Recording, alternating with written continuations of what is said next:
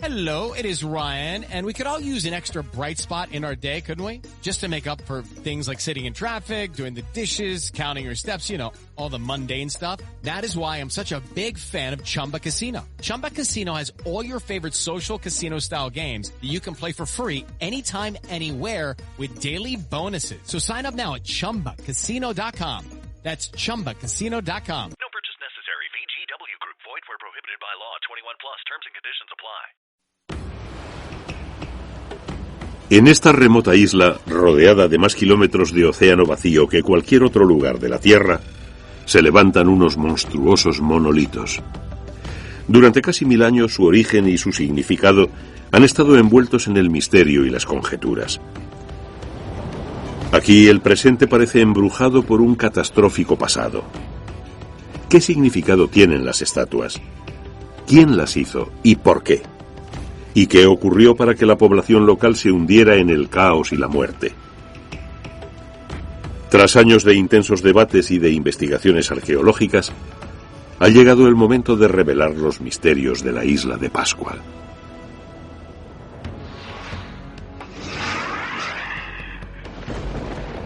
Los misterios de la isla de Pascua.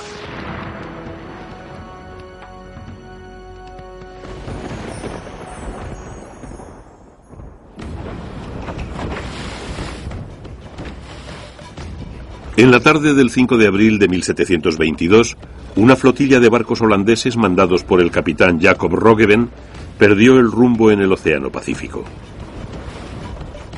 En medio de las sacudidas del tempestuoso mar, el vigía divisó una islita totalmente aislada en la vasta extensión del océano.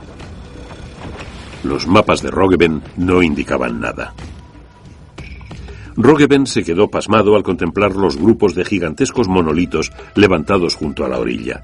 También encontró a unos nativos ansiosos por acoger a sus barcos y a sus tripulaciones. Habían topado con un lugar cuyos profundos misterios y cuya original cultura fascinarían al mundo entero.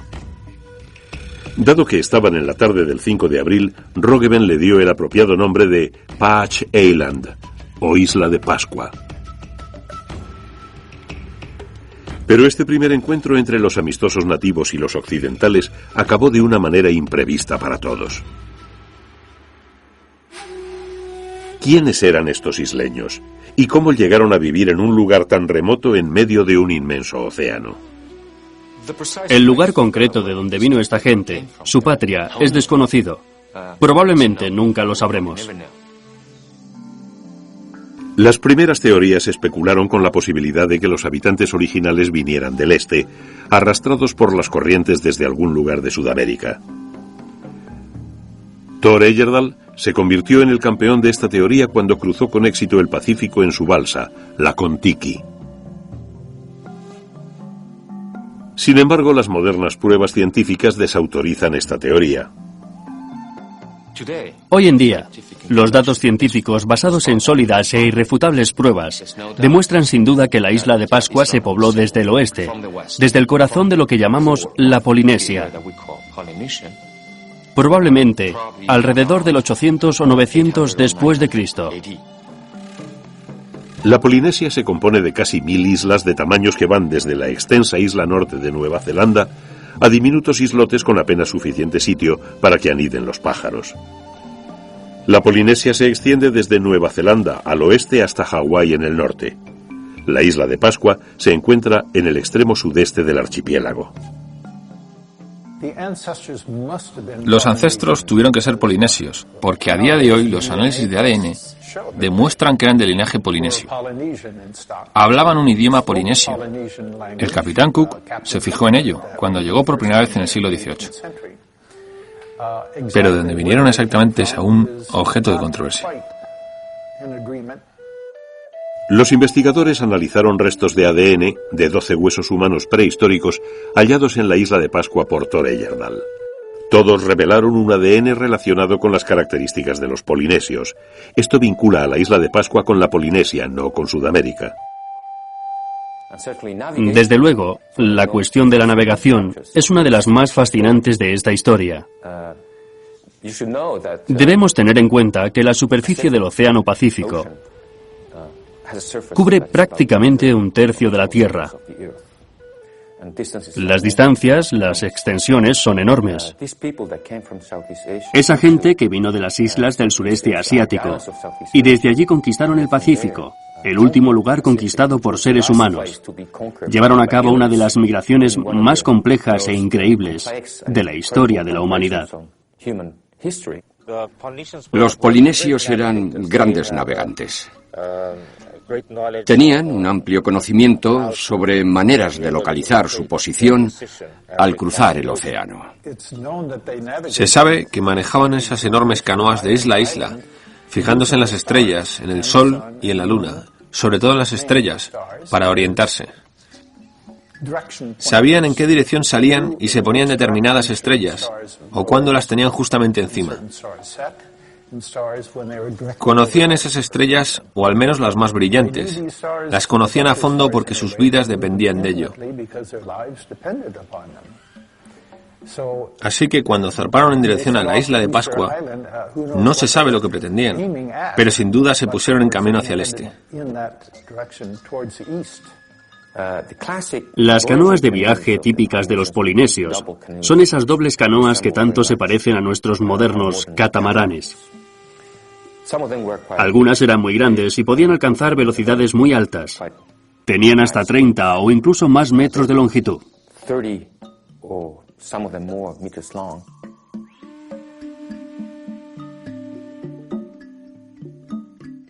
Eran canoas dobles con una plataforma en medio y una casa en la plataforma. Así que vinieron con su comida, con sus plantas y con los animales que necesitaban. Trajeron todo lo que necesitaban para establecer una bonita colonia. Probablemente también trajeron toda su tecnología básica y su cultura. De hecho, estaban trasplantando su cultura a un nuevo entorno, a nuevas islas, a nuevos territorios. La mayor parte de la historia conocida de la isla de Pascua se basa en leyendas y mitos transmitidos por la tradición oral. El tema de la colonización de la isla no es una excepción. Las tradiciones orales hablan de un sacerdote que tuvo un sueño y su espíritu se puso a buscar la nueva tierra que necesitaba su pueblo. Así llegó a Rapa Nui y al darse una vuelta con su espíritu alrededor de la isla, se dio cuenta de que era justo lo que su rey necesitaba. La tradición oral menciona al rey Hotu Matua como primer monarca de Rapa Nui y padre fundador de su única cultura. La leyenda dice que al tener problemas Hotu Matua en su propia tierra, huyó con sus mesnadas y en 29 días descubrieron y colonizaron la isla de Pascua. Los primeros colonizadores de Rapa Nui encontraron una isla muy diferente a como es hoy. Disponía de todos los recursos naturales precisos para constituir un atractivo hogar para esos emigrantes marinos. Me imagino que debía de ser una isla muy verde, muy boscosa. En un principio en la isla había un bosque de palmeras. También tenía árboles de madera dura, sobre todo en el monte Tarabaka. Se sabe que en la península de Poiki había un enorme bosque de palmeras gigantes, una variedad ya extinguida. Era la isla más rica en pájaros de todo el mundo. Había pájaros tropicales, pájaros fragata y pájaros bobos. Tuvo que ser un lugar fabuloso, el paraíso total sobre la tierra. En este oasis del vasto Pacífico se desarrolló una cultura que pronto quedó aislada. No solo por las grandes distancias que los separaban de las islas vecinas, sino también por sus propias creencias. Crearon un mito que mantendría al pueblo apegado a Rapa Nui. Inventaron una leyenda según la cual la isla estaba rodeada por otras muchas islas. Entonces apareció un gigante con una maza enorme y fue hundiendo todas las otras islas. Y cuando puso la maza en ese volcán, la maza se rompió y por eso la isla no se hundió. Así que pensaban que no quedaba ninguna otra isla en todo el mundo y que eran los últimos supervivientes de un mundo del pasado. A solas en su islita, el antiguo pueblo de Rapa Nui desarrolló una sociedad particular. Se cuenta que cuando Hotumatua murió, sus 8 hijos dieron origen a 8 tribus. A continuación colonizaron las diferentes partes de la isla. Sus cosechas crecían bien en la fértil tierra volcánica. Sin vecinos que amenazaran su idílica manera de vivir, crearon una cultura artística que se expresó de diversas maneras. Ahora bien, en Polinesia cada isla parece especializada en su particular área de expresión artística. Parece que en la isla de Pascua se dieron todas ellas. Hacían artesanía de plumas, tatuajes, pintura corporal y tenían la escultura en piedra más rica de toda Polinesia. En la isla de Pascua se encuentran muchos petroglíficos. Hasta la fecha hemos registrado unos 4.000. Los petroglíficos de la isla de Pascua son, creo yo, los más extraordinarios de toda la Polinesia. De hecho, no tienen igual. Están maravillosamente grabados. Los dibujos son absolutamente únicos. Estos petroglíficos de la isla de Pascua salen en realidad de la mente, de la imaginación y del espíritu. Pero la imaginación y el espíritu de la gente de Rapa Nui no estaban satisfechos. Aspiraban a una forma de arte que hiciera ascender sus ambiciosas aspiraciones hasta los propios cielos. Algo único y extraordinario.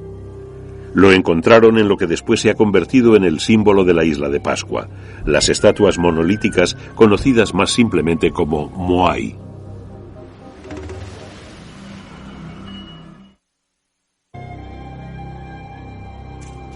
Cuando la gente piensa en la isla de Pascua, inmediatamente surgen en la mente estas misteriosas estatuas de piedra, los Moai.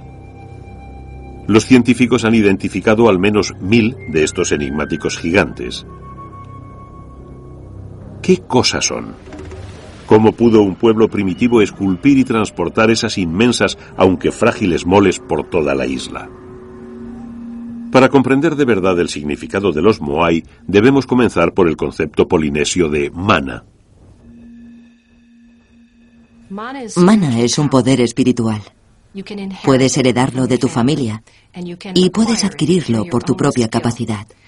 Por ejemplo, un artista del tatuaje que realiza un magnífico trabajo puede adquirir mana mediante la belleza de su trabajo. Un jefe tiene mana sobre la base de quienes fueron sus antepasados. De modo que el mana se ha llegado a comparar con una electricidad espiritual, algo que te recorre cuando te enchufas al otro mundo. Mana era el poder definitivo y definidor de la isla de Pascua. Era lo que hacía de los Moai algo tan importante. El Moai es una estatua esculpida para conservar el maná del antepasado. Cuando un Moai se termina y se sitúa en su plataforma, es una cara viva porque el espíritu del antepasado ya ha entrado en la estatua. Los Moai representaban para el pueblo de la isla de Pascua a sus divinizados antepasados. Todo el mundo remontaba su linaje a un antepasado común. En términos generales, una estatua representaba a este personaje o a esta persona en concreto. Los Moai se colocaban en plataformas ceremoniales o altares que en Polinesia se denominan Ahu. El Ahu era el punto focal de un linaje o tribu. Fundamentalmente, se trataba de una plataforma de piedra rectangular que se levantaba para colocar encima los enormes Moai. Un error muy común sobre la isla de Pascua es pensar que las estatuas están mirando al océano. Bueno, desde luego no es así. Todas las estatuas miran hacia el interior. El Ahu se construía muy cerca de la costa. Existía una plaza preparada especialmente. Funerales, ritos de fertilidad, sacrificios, asambleas, acontecimientos políticos, todo ocurría aquí. Desde el punto de vista social y religioso, era el emplazamiento más importante de un grupo. Estatuas gigantes mirando al interior, por encima del pueblo. Eso es material muy potente. Imagínate que tus antepasados están mirando cada cosa que haces. Se han encontrado ajus por todos los rincones de esta isla de 95 kilómetros cuadrados, indicando los emplazamientos de los incontables pueblos que han desaparecido. Sorprendentemente, una abrumadora mayoría de Moai se originó en el mismo punto. Las estatuas se esculpieron en una sola cantera. El 99% de las 1000 estatuas se realizaron en la cantera de Ranu Raraku. Ranu Raraku es un cráter volcánico. Está constituido por conglomerados de lapilli, en otras palabras, de ceniza comprimida. Es un material escultórico fantástico. Hoy en día se siguen encontrando allí los restos de 500 o 600 años de excavaciones en la cantera. Y todavía quedan 397 estatuas, generalmente sin terminar. Siguen ahí. Muchas de ellas siguen pegadas a la montaña, o son simples bloques que empezaron y nunca terminaron. Basándose en hallazgos arqueológicos, se ha podido desvelar otro secreto del pasado: el extraordinario sistema que empleaba este pueblo primitivo para esculpir las estatuas gigantes. Los Moai se esculpían con herramientas de piedra, como esta, hecha de basalto. Algunas de las herramientas eran de este tamaño, otras más grandes y otras pocas más pequeñas. Esta tiene un tamaño intermedio. Lo realmente interesante del proceso de esculpido es que la estatua se esculpía casi por completo en la cantera. Solo dejaban una característica por completar en la plataforma ceremonial. Cuando la estatua llegaba al Ahu, le hacían las cuencas de los ojos. En ese momento, el espíritu del antepasado entraba en la estatua y transformaba esto, que no era más que una escultura, en un rostro vivo denominado Aringa Arua, lo que significa el rostro vivo del antepasado. Parece que las tribus de la isla compartían la solitaria cantera de Ranu Raraku a la hora de esculpir sus Moai para el Ahu de su pueblo. Los Moai eran esculpidos por equipos de personas. No creemos que fueran más de 15 cada vez, y esculpían dirigidos por un maestro de obra. Sabemos que lo hacían los hombres, sabemos que eran elegidos cuidadosamente y sabemos que recibían mucho prestigio por ello. Debían de pertenecer a un estrato muy privilegiado de la sociedad, pues naturalmente estaban exentos de toda actividad de producción de alimentos. El resto del pueblo se dedicaría a reunir alimentos para llevárselos a los escultores, porque estos estarían demasiado ocupados creando esas obras de arte. No podrían ir a pescar o lo que fuera. Era una posición de mucha categoría. Los Moai se esculpieron con el mismo método durante siglos, pero la forma de las estatuas no permaneció igual. Los arqueólogos han demostrado que a lo largo de los siglos fueron cambiando, haciéndose más grandes. No hemos hallado el eslabón perdido de los Moai. No hemos hallado la estatua original que sirvió de inspiración, digamos, para el diseño de las estatuas. Pero de lo que sí estamos seguros, al cabo de los años, es de que las estatuas empezaron siendo pequeñas y más bien redondeadas, realistas y humanoides. Luego evolucionaron con el tiempo y se hicieron más alargadas y más altas. Creo que se hacían por encargo. Por ejemplo, si un jefe construía un Ahu, deseaba poner una estatua en el Ahu. Si mis estatuas son más gordas que las tuyas, eso quiere decir que yo soy más importante que tú. Cuanto más grande fuera la estatua, más mana, más poder tendría. Fueron creciendo y creciendo, porque de cierta forma se convirtió en una carrera de vanidades. En definitiva, era una cuestión de supremacía. El mayor Moai que llegó a esculpirse nunca salió de la cantera. El llamado El Gigante tenía 25 metros de alto y probablemente pesaba más de 165 toneladas. Los especialistas dudan mucho de que semejante objeto gigantesco pudiera moverse. Sin embargo, cientos de Moai fueron trasladados a los Ahus de las tribus. Pero ¿cómo pudieron transportar tales objetos a tales distancias por la isla? Pudieron mover algunas, desde luego unas cuantas por el mar. Parece una posibilidad bastante obvia. No creo que las llevaran flotando. Denme un respiro. Eso elimina el peso del objeto que mueves y la mayoría de las plataformas están por la costa. Pero la costa es muy recortada y rocosa. Son rocas y lava. Tendrían grandes rampas para canoas que llegarían hasta el mar. Allí esperaría una gran balsa que luego harían derivar hasta la rampa más cercana a la plataforma. A mí me parece que sería muchísimo más complicado, sobre todo sin disponer de mucha madera. ¿Cómo ibas a conseguir que flotaran? Ni hablar, no me lo creo. Según la leyenda o el cuento, las estatuas fueron transportadas por un poder sobrenatural, por el mana, y que de hecho caminaban por la noche hacia su emplazamiento definitivo en la costa. Otro autor afirmaba que las estatuas se esculpieron alrededor de la cantera y que cuando el volcán hizo erupción fueron lanzadas por toda la isla y aterrizaron en Suahu. Pero es que a la gente le gusta creer en cosas irracionales. La investigación científica ha revelado métodos más prácticos, aunque menos fantásticos, con los que los antiguos isleños pudieron mover estas inmensas estatuas. Probablemente usarían madera de algún tipo en forma de rodillos o de patines. No olvidemos que no disponían de animales de tiro ni de ruedas. Tuvo que ser una labor humana al 100%, tirando, empujando o haciendo rodar. Una idea mejor que se ha sugerido es el empleo de una alfombra, una especie de alfombra verde, de materiales vegetales, que al ser aplastada generaba un jugo que actuaba de lubricante. En todo caso, hay una cosa segura, más allá de toda duda. Habían construido carreteras para trasladar las estatuas. Las estatuas se movían por carreteras diseñadas con características especiales. Se habían hecho aplanando las cuestas para poder avanzar lo más posible por terreno llano.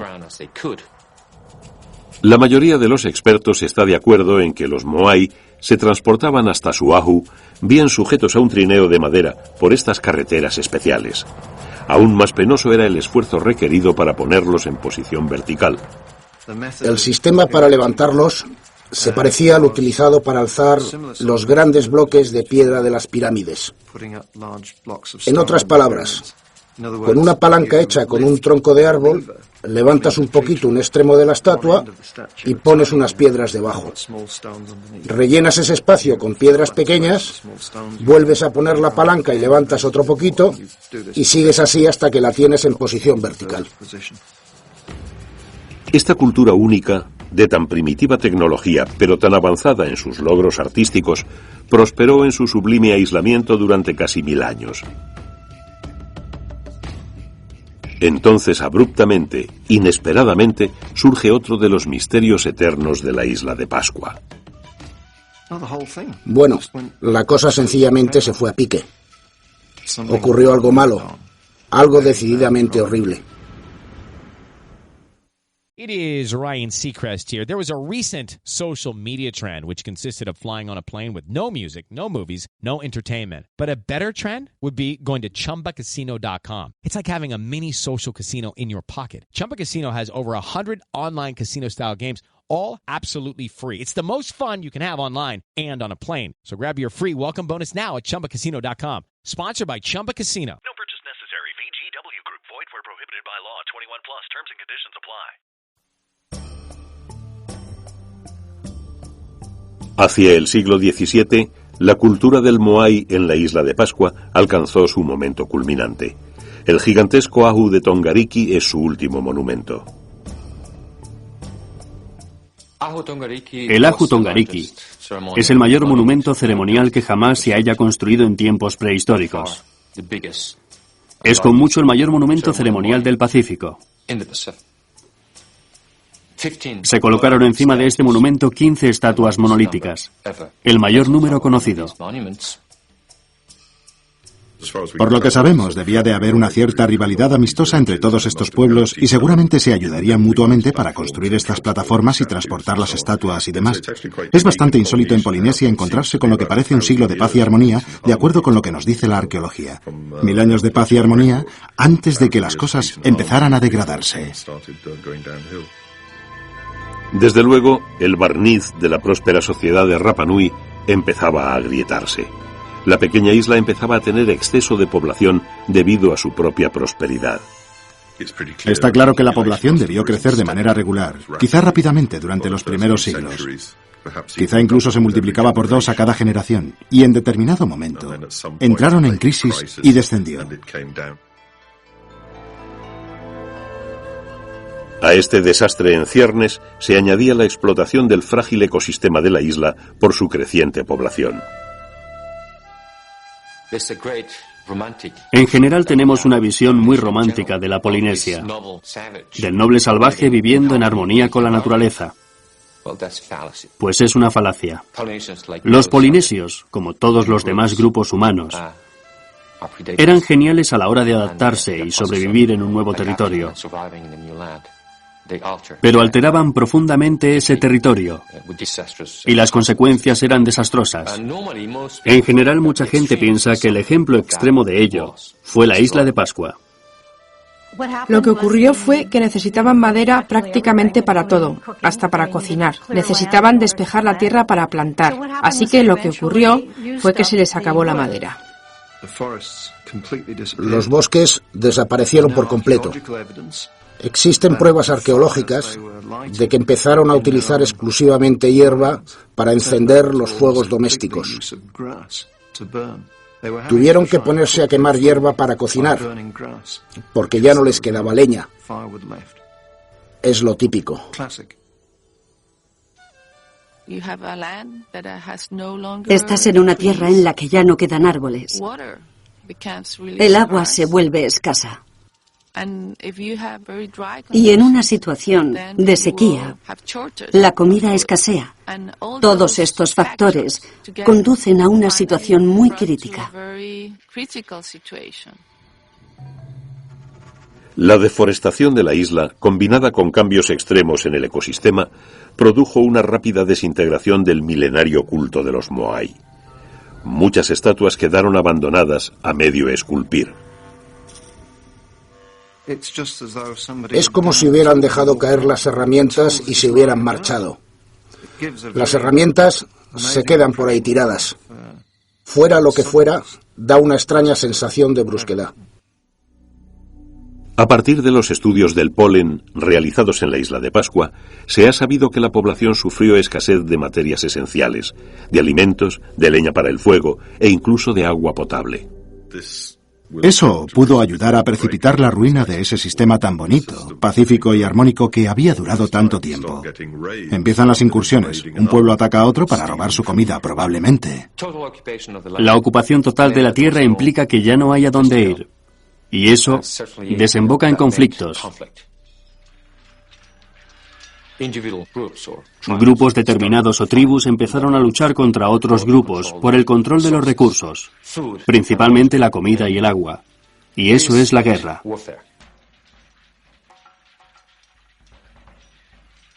Las investigaciones arqueológicas y osteológicas, es decir, de los huesos humanos, muestran que hubo una considerable actividad de guerrilla. Era más bien cuestión de venganzas, pero mucha gente indefensa fue maltratada. En otras palabras, se atacaba frecuentemente a las mujeres y a los niños. Todo esto llevó a una crisis generalizada que acabó por hundir la cultura prehistórica. Esa antigua cultura había desaparecido mucho antes de que los observadores occidentales pudieran describirla. Las guerras tribales intensivas llevaron a otra práctica que ha asombrado a los especialistas actuales: el derribo intencionado de las estatuas Moai. Las estatuas fueron derribadas. No cayeron, sino que fueron empujadas, porque podemos ver que colocaron una piedra en el lugar en donde caería la cabeza, para que ésta se rompiera. Lo que significa que ya no podrían volver a levantarlas. Y si por casualidad las tiraban con la cara hacia arriba, pulverizaban la parte de los ojos para destruir por completo todo poder espiritual que pudieran tener. Las leyendas hablan de guerra, hambrunas y de un cisco generalizado, y la civilización entera se hundió. Al final se dio una guerra de clases entre los trabajadores y la aristocracia. Por supuesto, los trabajadores eran mucho más numerosos, por lo que ganaron enseguida. Mucha gente cree, y probablemente es cierto, que los trabajadores estaban tan indignados contra las estatuas, con cuya construcción habían sufrido tanto, que las tiraron, las echaron todas abajo. Otro signo del cambio radical de actitudes y de vida social es la aparición arqueológica de armas. Empezaron fabricando lo que denominamos matar, grandes puntas de daga o de lanza de obsidiana, el cristal negro volcánico. Como salidos de la nada, de pronto se convierten en los objetos arqueológicos más abundantes de la isla. Los fabricaron a cientos o incluso a miles.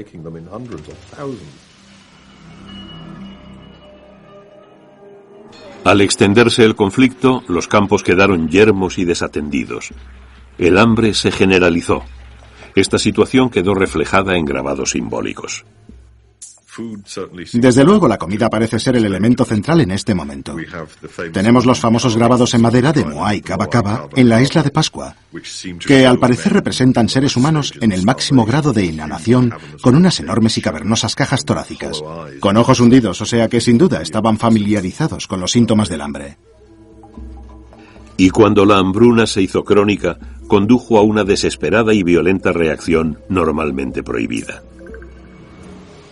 Se ha dicho que los isleños tenían tal carencia de proteínas que empezaron a devorar a otra gente. Hay en la isla de Pascua evidentes pruebas de canibalismo en ciertos lugares de la isla. Los investigadores oyeron decir que los últimos actos de canibalismo se habían producido poco antes de la llegada de los misioneros católicos, hacia 1800. El nombre de la cueva de Anakaitenata puede significar tanto cueva donde comen los hombres como cueva donde se comen a los hombres. Se han realizado excavaciones allí y se han encontrado huesos y otras cosas. Hay un canibalismo de tipo ritual, que consiste en ingerir el cuerpo de un antepasado o de un amigo para apoderarte de su mana. Y luego hay un canibalismo de supervivencia, si tienes que escoger entre eso o morirte de hambre. Es un hecho conocido que las sociedades náuticas, basadas en la vida en el océano, han experimentado ambas cosas. Falta de comida y de agua, una guerra brutal y desesperados actos de canibalismo provocaron un descenso radical en la población de la isla de Pascua. Basándose en la arqueología, los especialistas creen que de un máximo de 15 o 20.000 personas, el número de isleños cayó a unas 1.000 hacia el siglo XVII. Pero cuando ya parecía que la situación de la isla era desesperada y su población estaba destinada a extinguirse, otro giro radical afectó a los habitantes de Rapa Nui.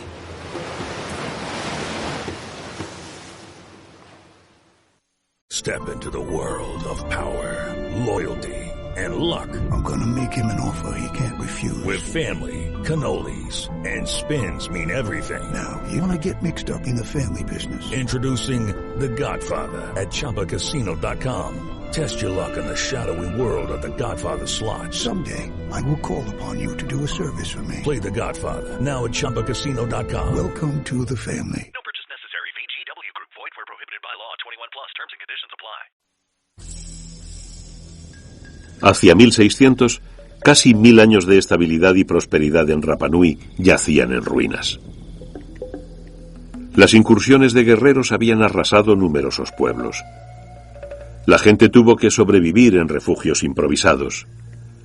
Algunos de los Moai derribados, en otros tiempos venerados tótems tribales, fueron transformados en rudimentarios refugios. Realmente habitaron en estas cuevas, las defendieron y se ocultaron en ellas. De pronto surgía un tremendo conflicto. Los pueblos se atacaban entre sí, derribaban las estatuas. Pero en contra de toda esperanza, en medio de este desorden generalizado, una nueva estabilidad iba tomando forma. Se cambió a una nueva religión y a un nuevo sistema social, que al parecer se basaba en el poder, en la fuerza. El guerrero más poderoso se convirtió en jefe supremo. Los guerreros lograban poder gracias a la guerra. También mediante una competición especial que se daba todos los años en Orongo. Ese fue el inicio del culto al hombre pájaro. En los años siguientes se construyó una aldea ceremonial para esta nueva religión en Orongo. Orongo se encuentra colgada al borde de un acantilado, pero también al borde del gigantesco cráter volcánico de Ranukau. Desde este punto culminante se distinguen algunos islotes mar adentro. Este rincón de la isla pronto se convirtió en el nuevo punto focal de la cultura de Rapa Nui. En sí mismo ya parece increíblemente mágico. Estoy seguro de que esta fue una de las razones por las que fue elegido para estas ceremonias. La competición por el hombre pájaro era una competición muy extraña. No conozco nada parecido en todo el Pacífico. La gente se reunía al pie del Rano Kau en agosto y principios de septiembre. Esperaban a las aves migratorias que llegaban a la isla de Pascua.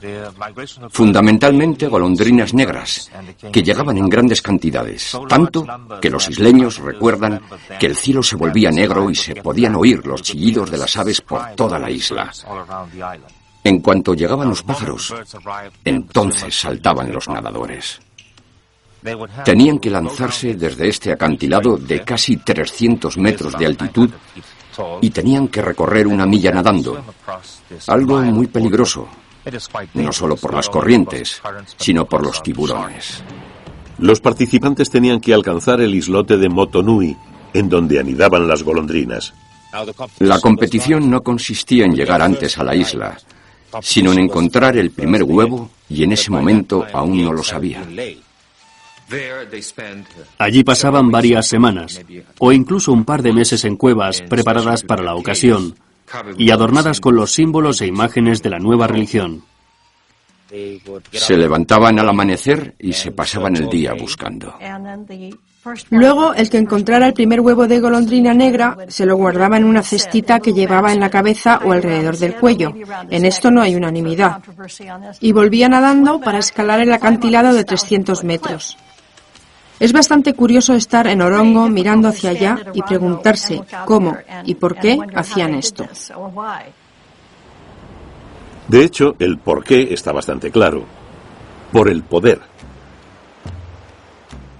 El ganador de la competición del hombre pájaro se convertía en gobernante de Rapa Nui durante 1 año. El hombre pájaro era el intermediario entre el mundo de los espíritus y el mundo de los vivos. Tenía que pasar 1 año aislado en un lugar oscuro porque no se suponía que viviese en este mundo. Con la religión del hombre pájaro ya no se hicieron estatuas, ya solo estaba el hombre pájaro, de modo que las estatuas fueron reemplazadas por el hombre pájaro. En este caso, lo que hacen es literalmente compartir el poder y concederle parte de él al hombre pájaro, al permitir que el pueblo compita por una parte del poder. Institucionalizar la competición fue una brillante idea para controlarla. Se encuentran alrededor de 300 representaciones del hombre pájaro en Orongo. Quizá cada una de ellas represente al ganador concreto de cada año. En realidad no lo sabemos, pero es muy tentador pensar así. Al canalizar las crecientes luchas tribales en esta competición incruenta, los isleños de Rapa Nui evitaron la autoextinción. Algunos especialistas piensan que la religión del hombre pájaro tiene un significado más profundo, enraizado en la psicología de los isleños y en su sensación de aislamiento.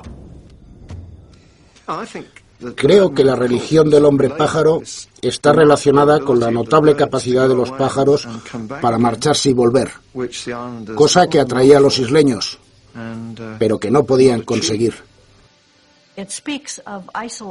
Nos habla del aislamiento.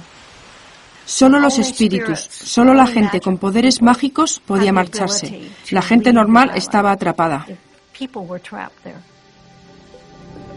No obstante, hacia 1700, la religión del hombre pájaro había detenido la anarquía militar en la que se había sumido la isla más de un siglo antes. Las tribus emprendieron la abrumadora tarea de reconstruir sus arrasados pueblos prácticamente sin madera y de replantar cosechas en sus erosionadas tierras tribales. La vida en Rapa Nui retomó el sendero de la normalidad. Hasta ese fatal día de 1722 que alteró dramáticamente la historia de la isla de Pascua. El capitán Jacob Roggeveen desembarcó a última hora de la tarde del 5 de abril de 1722.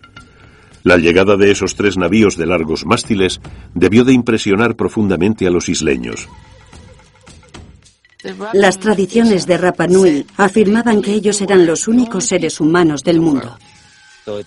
Debieron de sufrir un tremendo impacto al saber que existía otra gente en el universo tan diferente a ellos, con toda esa tecnología. Por desgracia, este primer encuentro entre los nativos de Rapa Nui y el hombre occidental fue toda una premonición de los acontecimientos que iban a sucederse en los siguientes 200 años. Los habitantes de Rapa Nui se pusieron tan nerviosos al ver a esos extraños seres en aquellos increíbles barcos que empezaron a alborotarse de inmediato. Una persona de Rapa Nui le echó mano a la gorra que llevaba uno de los marineros, y este, aterrorizado, empezó a gritar en holandés: "Tis tijd, vuur", que significa es el momento, fuego. Casi 2 docenas de isleños fueron víctimas de las primeras armas de fuego que se veían en Rapa Nui. Los barcos de Roggeveen zarparon al cabo de 2 días, pero Rapa Nui ya estaba en los mapas. En el siglo XVIII, Rapa Nui fue visitada por otros extranjeros. Pero careciendo de leña, agua o comida, la isla de Pascua poco podía ofrecer a los exploradores. No obstante, había un recurso en Rapa Nui que sí llegó a interesarles a muchos occidentales a principios del siglo XIX: los propios isleños. Hay una historia sobre Rapa Nui que habla de pájaros negros y de trata de esclavos. Por supuesto, el final llegó cuando los esclavistas peruanos del siglo XIX llegaron para llevarse prácticamente a toda la población de la isla y ponerla a trabajar en la recogida de guano, en Perú.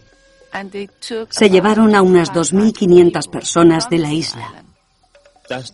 En aquellos tiempos, los isleños eran muy amistosos, por lo que en cuanto aparecieron los primeros barcos, todos subieron a bordo y los jefes más importantes fueron los que trataron de intercambiar bienes y productos. Pero a todos los secuestraron y se los llevaron. Es una horrible y tristísima historia de explotación y de comportamiento salvaje por parte del mundo occidental respecto a Rapa Nui.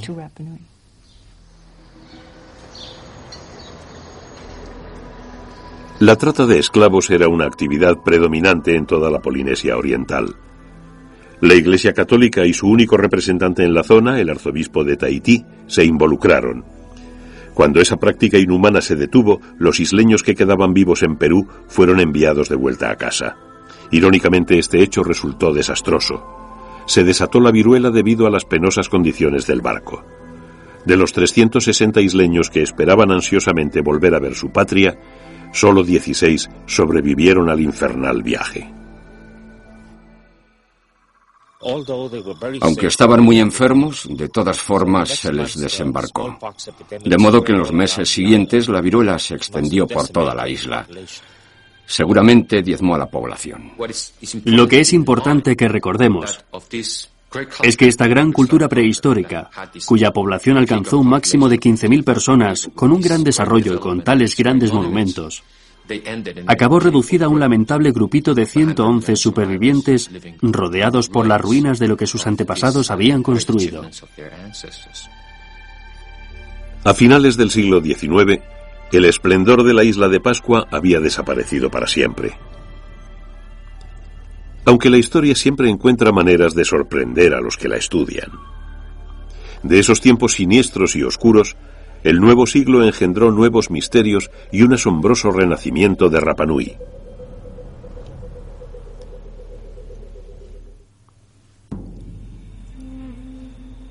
A principios del siglo XX, Rapa Nui era la sombra de lo que había sido. Quedaban vivos menos de 200 isleños. Pero no estaban solos. Justo a finales de siglo habían llegado a Rapa Nui los misioneros cristianos. Estos descubrieron una de las tradiciones más notables de Rapa Nui. En las cabañas de los isleños descubrieron viejas planchas de madera con series y series de inscripciones jeroglíficas. Aquello con lo que tropezaron por casualidad resultó ser el antiguo lenguaje escrito de toda la Polinesia. Esas asombrosas tabletas llegaron a ser conocidas simplemente como Rongo Rongo. Las inscripciones, rongo rongo, como se las llama, son únicas en Polinesia. Constituyeron un gran misterio durante mucho tiempo y se sigue discutiendo hasta cuándo se remontan. Lo curioso de las rongo rongo es que se grabaron muy delicadamente, en leños, algunos de los cuales habían sido aislados, pero otros eran leños redondos, tal y como salen del árbol. El único original que he llegado a ver es el del Museo de Santiago de Chile, que es uno de los más bonitos. Es una rama de árbol normal y corriente,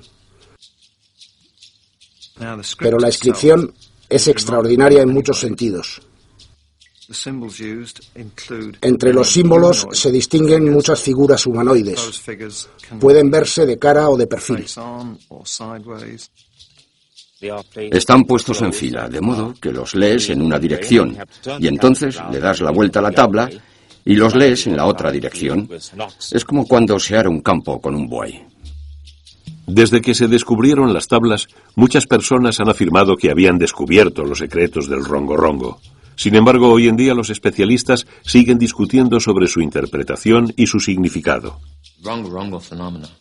El fenómeno del rongo rongo es, en mi opinión, un simple mecanismo mnemotécnico, una manera de recordar información importante mediante ideogramas.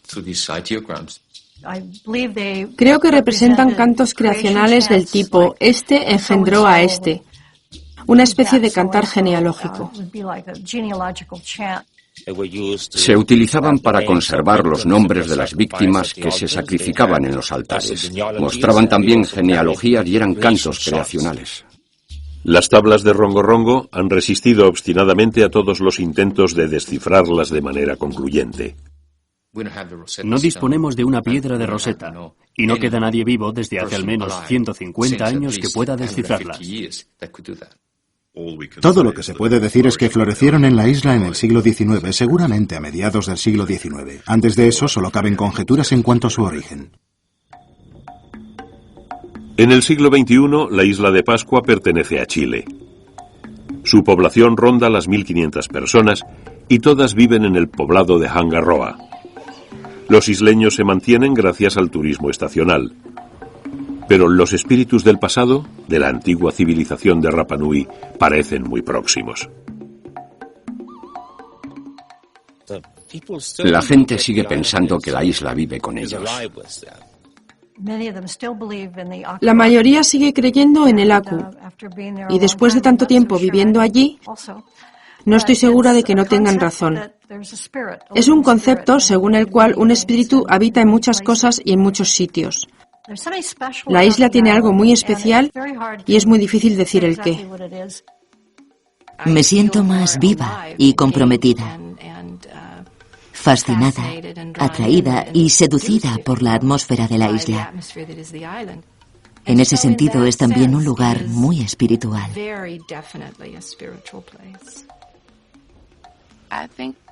Creo que la isla aún está poseída por el alma, por el maná del pasado. Hay quien dirá que la tumultuosa historia del pueblo de Rapa Nui importa poco en este nuevo milenio. Pero tanto sus increíbles logros como su ciega arrogancia pueden incluir lecciones de suma importancia para todos los pueblos del planeta.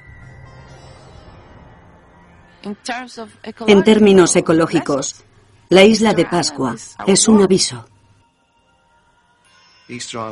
La isla de Pascua estuvo aislada durante más de 1000 años. La gente llegó a creer que verdaderamente el resto del mundo se había hundido en el agua y que eran los únicos que quedaban. Y nosotros estamos aislados en el espacio y hasta la fecha no hemos encontrado a nadie ahí fuera. De modo que la isla de Pascua es una réplica de la Tierra. ¿Y qué hicieron sus habitantes? Construyeron una civilización asombrosa y destruyeron sus recursos. Por supuesto, estamos haciéndole lo mismo a nuestro planeta. Sabemos lo que estamos haciendo con el planeta y no se está deteniendo, sino que va a peor.